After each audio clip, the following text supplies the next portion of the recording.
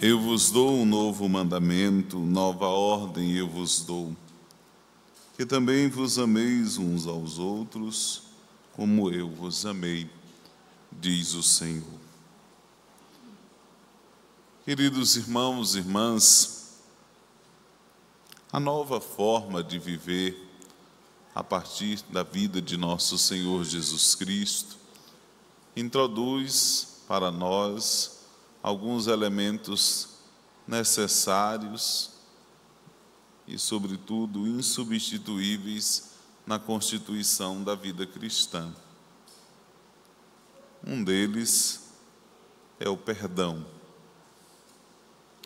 Semana passada, nós estávamos aqui reunidos para a celebração dominical e o tema era a correção fraterna.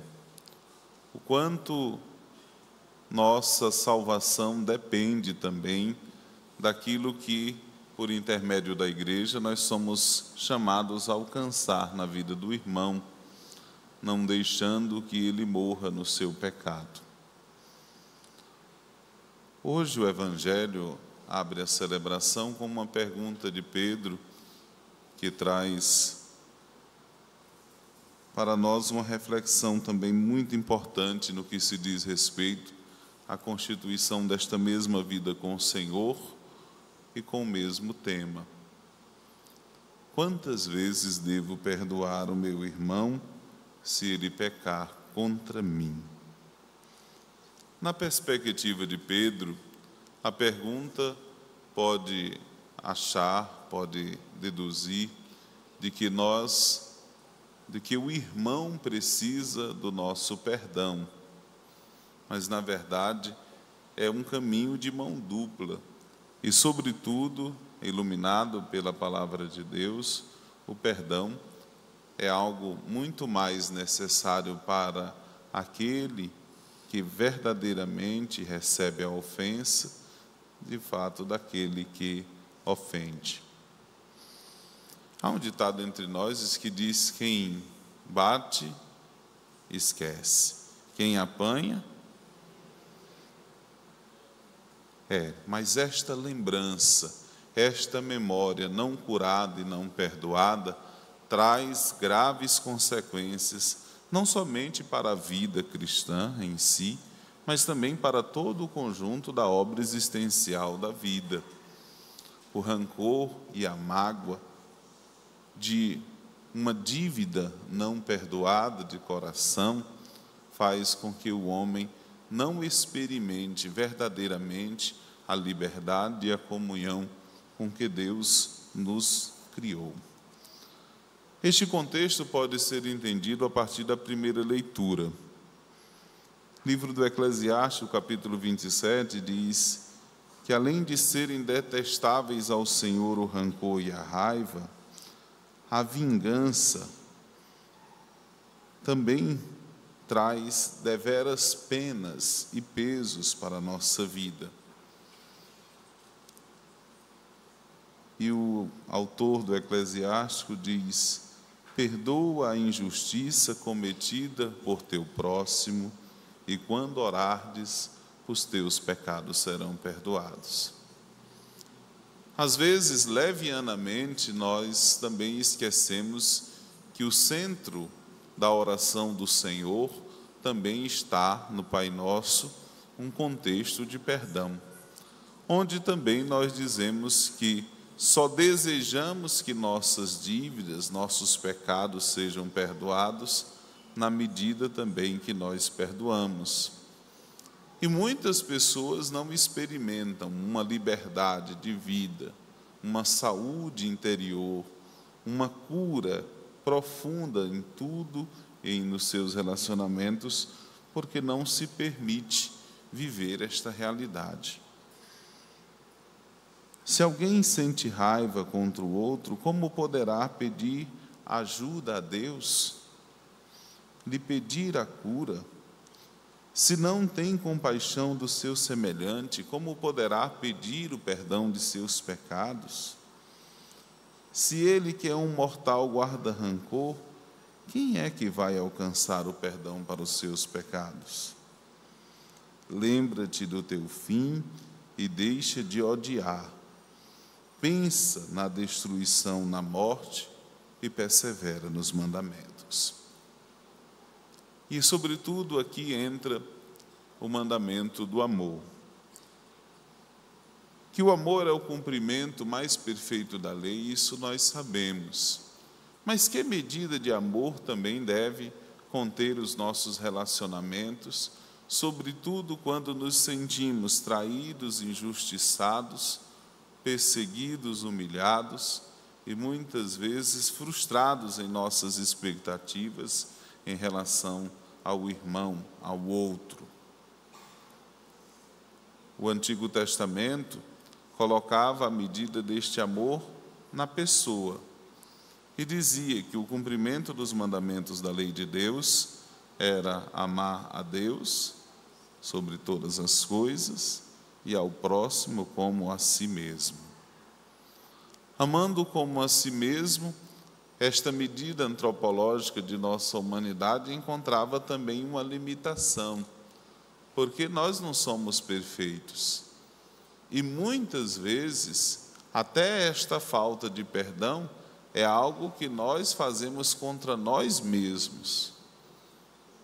E quantas vezes, por uma ausência deste perdão, nós vemos pessoas adoecidas, frustradas, depressivas, doentes, porque não têm coragem de abrir mão de uma dívida que já está paga.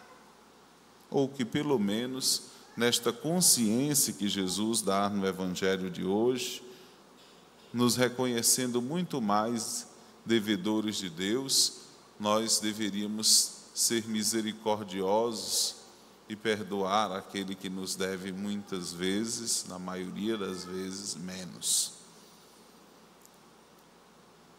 Jesus, no momento da entrega de sua vida, altera o mandamento e o cumprimento da lei. Ele tira da medida antropológica do homem em si e coloca numa medida cristológica. Já não somos chamados a amar a nossa medida, somos chamados a amar como Ele amou.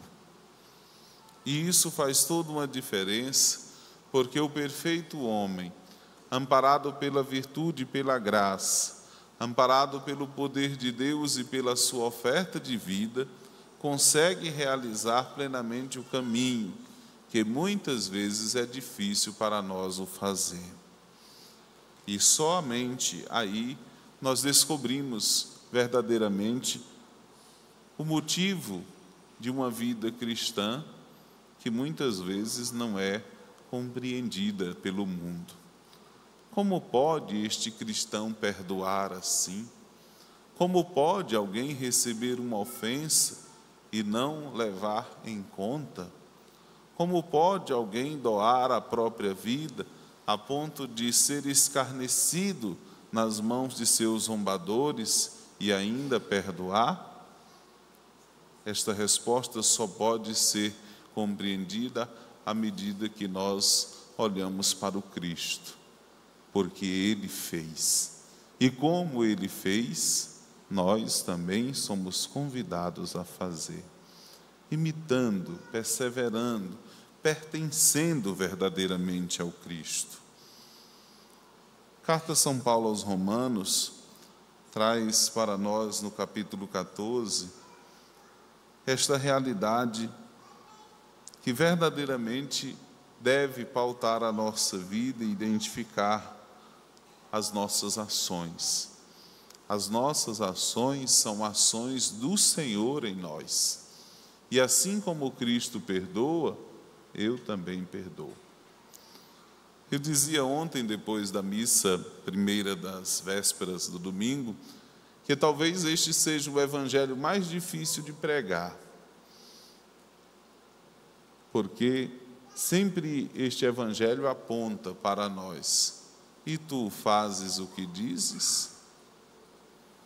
Perdoa como Cristo perdoa? Retém na tua vida a mágoa do irmão contra ti? E às vezes eu até brincava com algumas pessoas depois da missa. Talvez seja o domingo que a gente tinha que terminar a homilia dizendo: o que foi ouvido foi dito, para não se comprometer. Mas a palavra verdadeiramente compromete. O modo de viver cristão não pode, de certa forma, compreender que a vida do outro não passa por esta dinâmica de perdão. E quantos são os sofrimentos que às vezes a nossa vida carrega e comporta por não ser capaz de perdoar. Mas, como disse, a indicativa da pergunta de Pedro parece que o bem e o benefício do perdão está para o outro a quem devo perdoar 70 vezes 7. E se engana. O benefício maior de um perdão está em quem perdoa.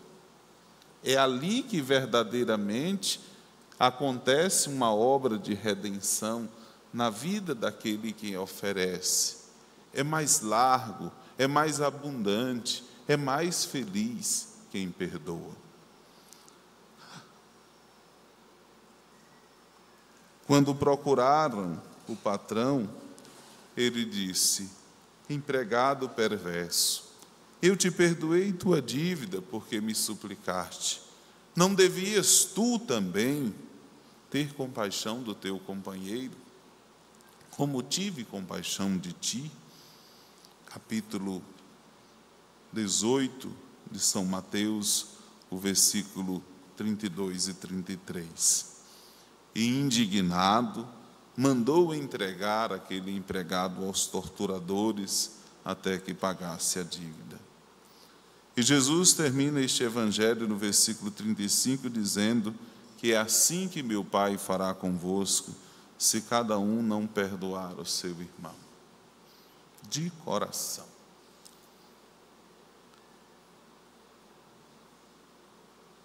Que a capacidade de Cristo em nós possa alcançar verdadeiramente a plenitude desta vida e desta virtude, para que verdadeiramente nós sejamos conduzidos à imitação de Cristo num amor pleno.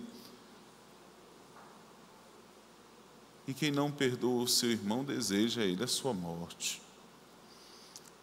Assim nós pedimos que o Senhor traga para a nossa vida verdadeiramente esta liberdade de viver o perdão sem medida, de amar sem medo e de nos entregar confiante nesta imitação de vida. Eu vos dou um novo mandamento: amai-vos uns aos outros como eu vos amei. A medida do amor e do perdão é a medida de Cristo. Amém.